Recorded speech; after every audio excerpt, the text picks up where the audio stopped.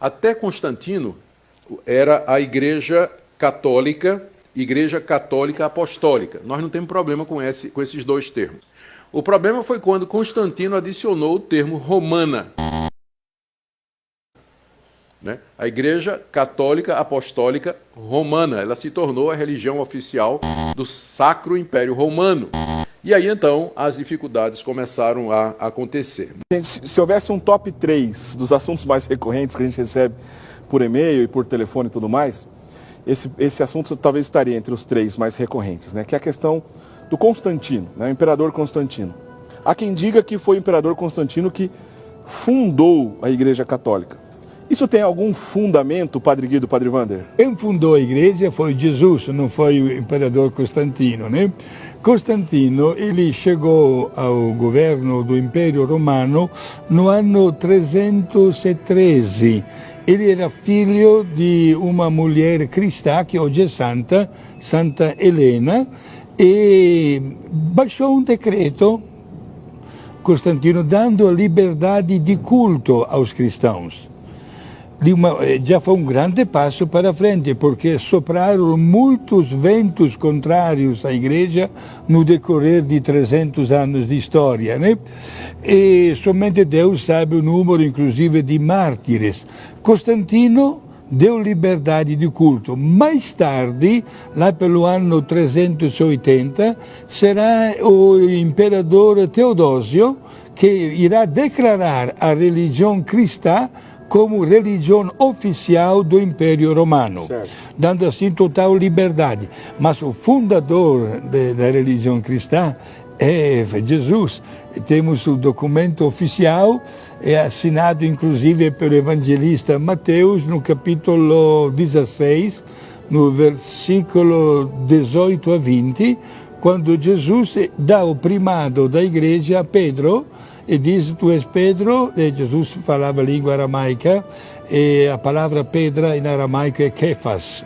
Por isso diz, tu és Kefas, tu és rocha, e sobre esta rocha edificarei a minha igreja. Aí, exatamente, é o depoimento mais autêntico da fundação da igreja com a pessoa de Jesus, que entrega o primado da igreja ao apóstolo Pedro. Padre Wander, de onde será que vem essa lenda?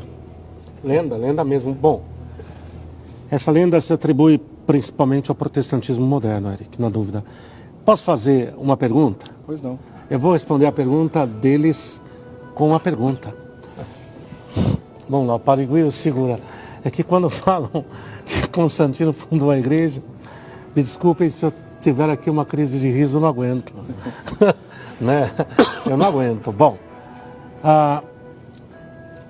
pegue qualquer uma dessas denominações protestantes modernas, cuja existência delas, qualquer uma dessas denominações, Testemunhas de Jeová, fundadas por Charles Taze Russell, num país onde eles são proibidos de existir, se amanhã o governo local permitisse que eles comecem a existir, o governo local que permitiu que eles comecem a existir publicamente lá, vai ser o fundador deles? Belo exemplo. Esse pessoal deveria começar a pensar um pouquinho melhor antes de falar bobagem, Eric. Antes de falar bobagem. Para mim, a lógica é essa. O fato do imperador, porque a mãe rezou tanto, ter permitido que a Santa Igreja de Cristo manifestasse publicamente a sua fé antes de torná-la oficial. Quer dizer, o fato dele ter permitido em nada interferiu no todo do processo histórico, eclesiológico, e que já vinha em plenitude. A igreja estava mais do que já plena em todos os cantos, ainda que subterraneamente, porque perseguida. Eu volto a perguntar aos testemunhos de Jeová, se no país que eles são perseguidos, amanhã um governo permita que eles passem a existir, é esse governo que é o fundador deles? Embora o fundador deles foi mesmo um mortal e um pobre homem chamado Charles Taze Russell, mas é uma outra história. Eu diria mais ainda, diácono Eric, Padre Wander, se nós fizéssemos a mesma pergunta para todos os pastores de igrejas que usam o nome de Jesus, quem é que fundou a vossa igreja? Se forem pessoas humildes, nunca, eu repito esta palavra, nunca poderia responder que foi Jesus, porque Jesus não fundou nenhuma igreja paralela. Tá certo, tá claríssimo. Bom, Posso completar um dado? por gentileza. Acho que vale a pena ainda. Quando, no século XIX, surgiu dentro do coração da igreja anglicana um movimento chamado Movimento de Oxford.